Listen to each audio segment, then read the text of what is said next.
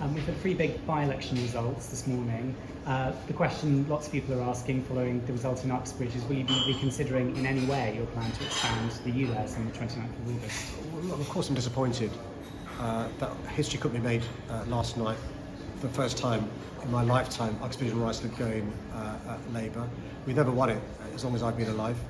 Even in 1997 when Tony Blair won a massive landslide, we didn't win it, or the subsequent by-election in 1997 or in 2001 or 2005. Clearly disappointed we didn't win it, but we had a 7-8% swing to Labour in Uxbridge and Ruislip a month before ULEZ is expanded there, but disappointed we didn't. I'm quite clear though that I'll carry on listening to Londoners in relation to the ULEZ, but this scheme is really important. Why?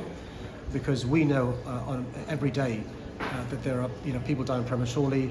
There are children with stunted lungs because of air pollution, adults with a whole host of health issues. So we're going to carry on doing what we can to support Londoners, but the reality is that actually 95% of Londoners who drive a car in inner London have a compliant vehicle.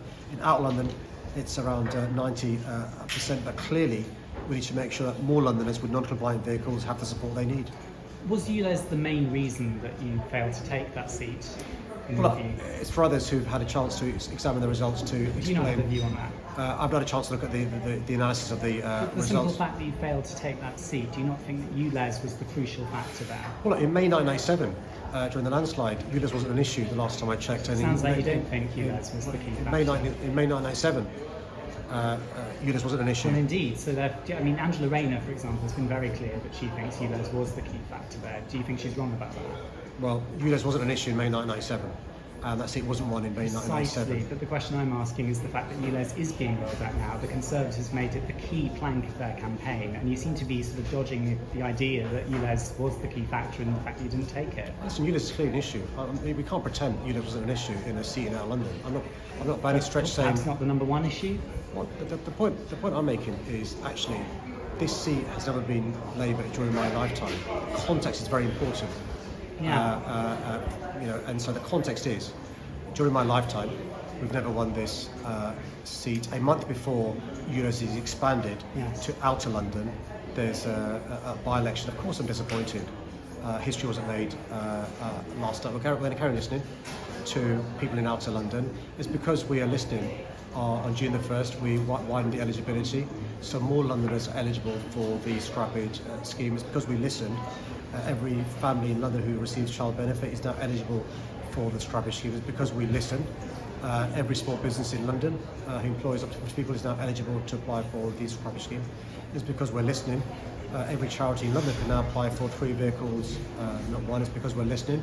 We've extended the grace period and the exemptions. We're going to carry on listening both up until August 29th, but also thereafter as well. Steve Reid, the Labour MP for Croydon North, has said, I think those responsible for that policy, ULEZ, will need to reflect on what the voters have said and whether there's an opportunity to change.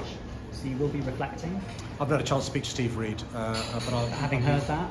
Well, let me speak to Steve privately rather than through the medium or even standard. You won't be reflecting on what the voters have said to you in this election results? We're going to carry on listening. Listen, we've been listening since we launched the policy. We listened before we launched the policy. We listened, which led to the widening of the eligibility in June. From July the 31st, it goes go live in relation to applying for support for the scheme. Listening isn't much good if there's no change. Will you be widening the scrappage scheme, for example? But there has been a change, hasn't there? No, but not since the election results. Well, there's been the widening of the eligibility of the scrappage scheme. That was a month ago. I mean, they're clearly still not happy with the situation, are they? If they're still not voting in, a Labour MP, despite Selby and Ainsley having a majority twice as big, electing a very impressive result, a Labour MP. We're going to carry on listening in relation to not just what people in Uxbridge and Ruislip say, but across our city, whether it's listening to the experts at Great Ormond Street, listening to the experts at the Children's Evening Hospital, listening to the experts at the World Health Organization, listening to the experts like Professor Chris Whitty, listening to experts across our city, but also listening to people in outer London as well. It's really important that the issue of clean air is not seen as a privilege, but seen as a human right. Nobody accepts dirty water, why they accept dirty air?